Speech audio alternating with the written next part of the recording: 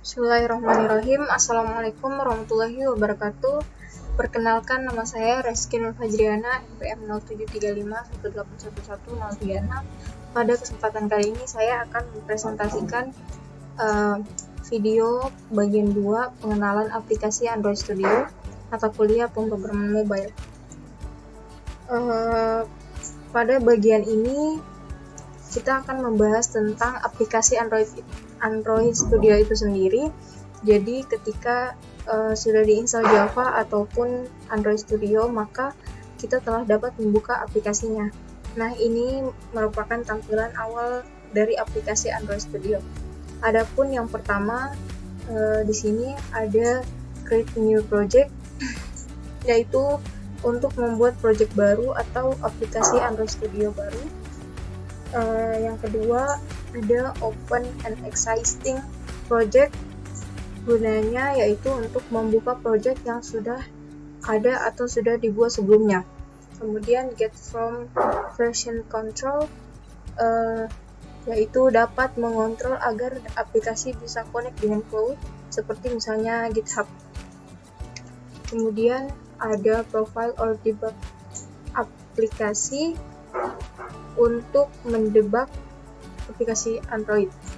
Kemudian ada Import Project, digunakan apabila sebelumnya ada yang membuat project menggunakan Eclipse misalnya, maka begitu migrasi ke Android Studio dapat menggunakan fasilitas ini dengan mengimport project sebelumnya yang ada di Eclipse. Kemudian selain Eclipse bisa juga di Gradle, kemudian yang lainnya. Adapun import and Android code sample, ini untuk import contoh-contoh kode Android yang sudah digunakan oleh Android Studio. Nah, kemudian sebelum kita mulai, kita akan menyeting SDK-nya terlebih dahulu dengan cara klik configure. Nah, kemudian di sini kita pastikan SDK pada Android sudah di-set. Di sini kita pilih Android versi berapa, pilih kita Android versi berapa ya, platformnya yang akan digunakan.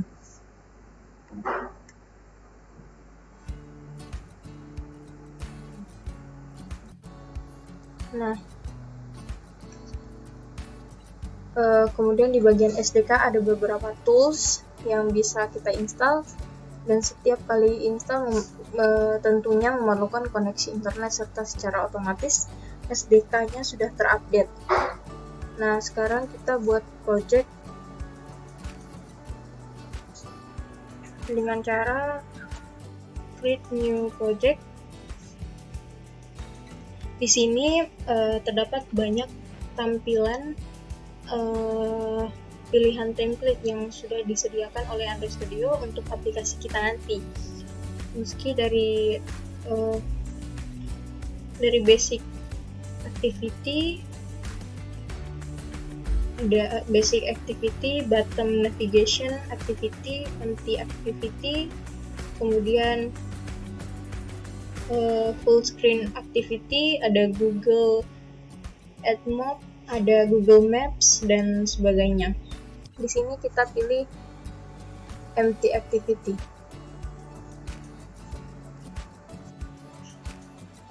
Nah, kemudian untuk nama di sini kita buat nama aplikasinya. Contohnya saya buat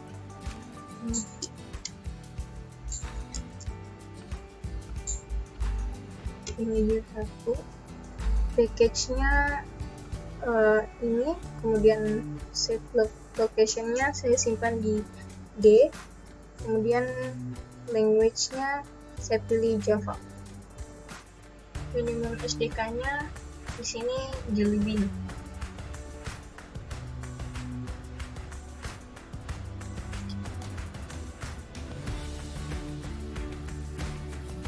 Jika bingung untuk minimum SDK-nya, kita bisa di sini klik Help Me Choice. Di sini terdapat banyak atau terdapat API levelnya dan kumulatif distribusi untuk pertimbangan kita untuk versi apa yang kita gunakan nanti. Kemudian finish.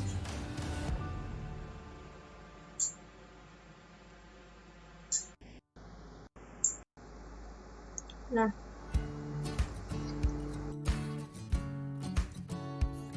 setelah loading selesai, di sini ada beberapa pembagian layer. Yang pertama di sini terdapat jenis view dari project kita. Biasanya secara default itu terpilih Android. Nah, jika di sini dipilih Android, maka muncul tampilan terdapat folder Android manifest yang di dalamnya ada satu file XML yang digunakan untuk mendefinisikan permission dan activity. Kemudian main activity ini merujuk pada Java, di mana dalam Java ada 3 folder, di mana yang pertama tempat kita meletakkan file-file Java kita, yang kedua untuk testing, dan yang ketiga untuk testing juga.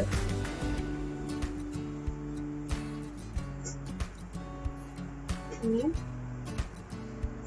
Kemudian folder berikutnya yaitu RES atau research. Di dalamnya ada drawable. Ini tempat untuk meletakkan file-file yang dibutuhkan seperti file XML, gambar, PNG, JPG, dan SVG dan sebagainya. Kemudian pada bagian layout, ini tempatnya meletakkan file-file XML, di mana file XML nantinya mempresentasikan tampilannya. Kemudian ada mipmap. Mipmap ini untuk menyimpan file-file gambar seperti logo dan lain-lain. Kemudian ada values, ini untuk menyimpan file-file seperti file-file XML yang nantinya bisa digunakan secara berulang di project seperti warna dan string atau teks. Kemudian pada bagian themes, ini berisi style terang dan style gelap. Kemudian folder terakhir ada Gradle. Gradle di mana folder terakhir ini nantinya kita lebih banyak mengotak-atik dari 2 file ini, yaitu file Gradle yang pertama ini untuk kita buka file Gradle. Nah, banyak mengotak-atik di sini yang pertama dan yang kedua. Kemudian yang pertama ini untuk mengambil beberapa library eksternal, terutama file Gradle. Yang kedua ini digunakan untuk mendefinisikan minimum SDK yang tadi. Selanjutnya kita ingin melihat isi layout. Kita klik layout.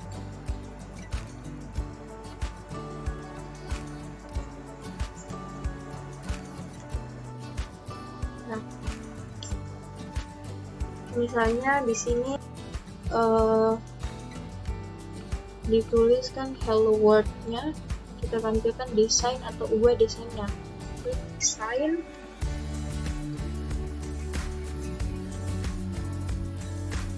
Kemudian pilih tampilannya.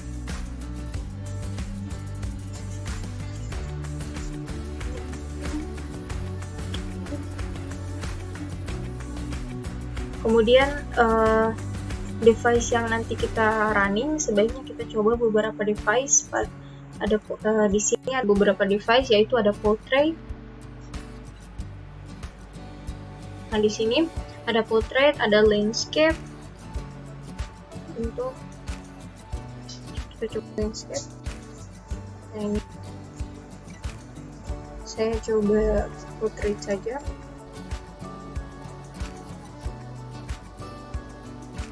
Untuk memastikan apakah sudah rapi atau belum. Kemudian di sini ada pixel, kita bisa atur sesuai device yang akan kita buat. Ada 5 inch, 5,5, di sini ada 5 inch, kemudian ada 6, dan sebagainya. Ada untuk tablet, ada Wear, ada untuk TV dan sebagainya.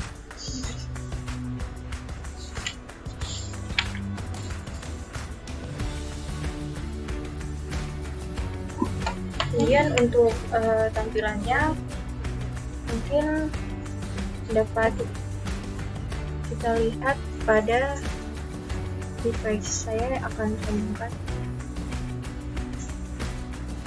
dengan cara sRCPI-nya.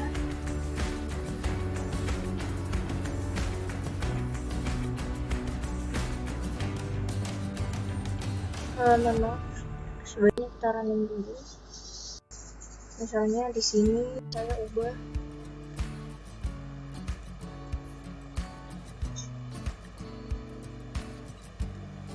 hello world-nya menjadi nama saya.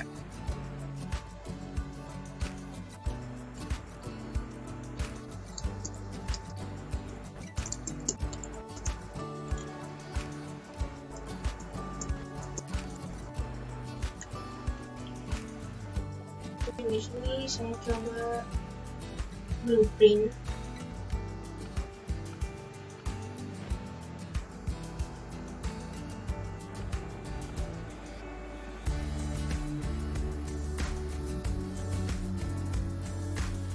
Kemudian saya running.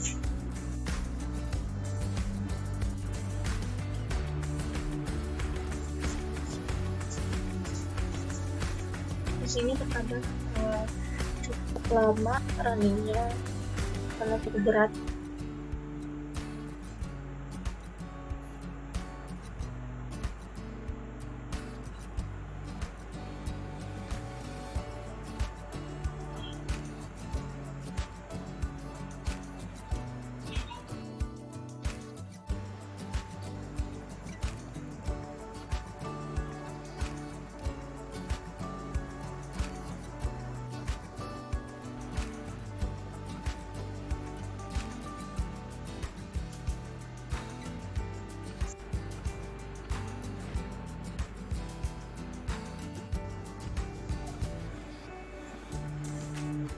Sudah proses install.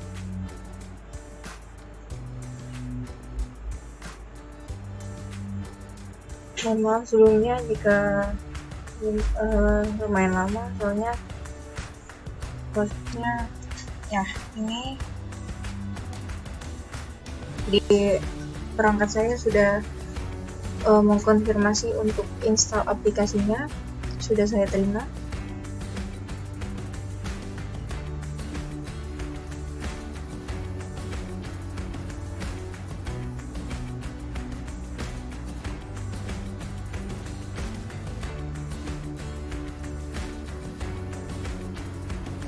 Sudah sukses. Mari kita lihat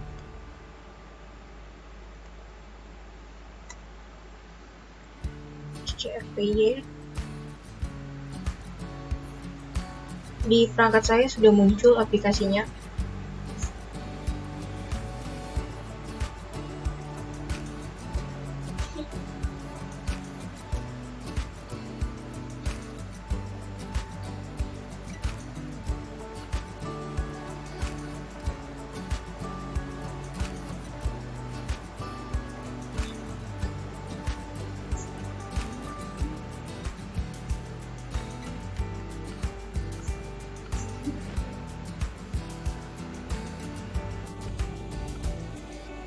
Nah, ini dia aplikasinya. Nama aplikasinya Belajar 1. Kontennya yaitu Hello Reski Fajriana. Mungkin itu saja dari saya, kurang dan lebihnya saya mohon maaf. Billahi taufiq wal hidayah. Wassalamualaikum warahmatullahi wabarakatuh.